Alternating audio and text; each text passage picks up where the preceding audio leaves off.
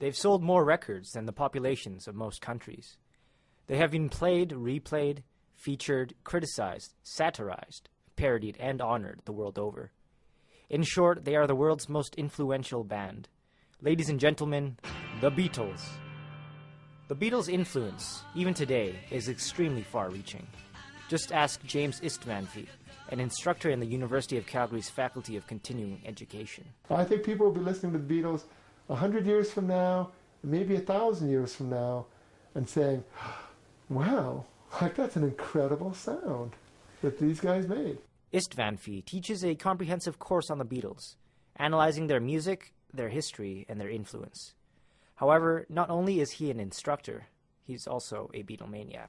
Because I was born in the early 1960s, but I don't ever remember a world without the Beatles. First off, I wanted to collect all their albums and learn all the songs and learn all the words to all the songs. And I certainly, from an early age, started studying, what's this about?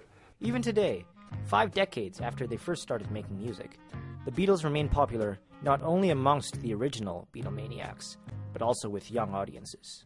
We have people who are significantly older than I am, people in their 60s who've taken the course, people in their 40s, people in their 30s.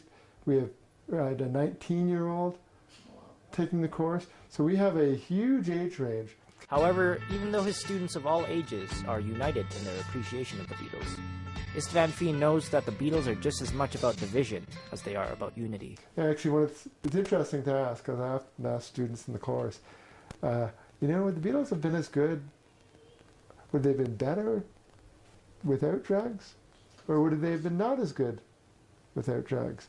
It's very revealing about the students, how they answer that kind of question. To Istvanfi, it is this uncertainty which makes studying and teaching about the Beatles so enjoyable. It's art, so it's up to interpretation. Many people can interpret things differently, and just because I have an interpretation doesn't mean it's the right one, any more than John Lennon's interpretation of what Paul McCartney wrote or Paul McCartney's interpretation of John Lennon is necessarily right. Perhaps that is why the Beatles are so popular.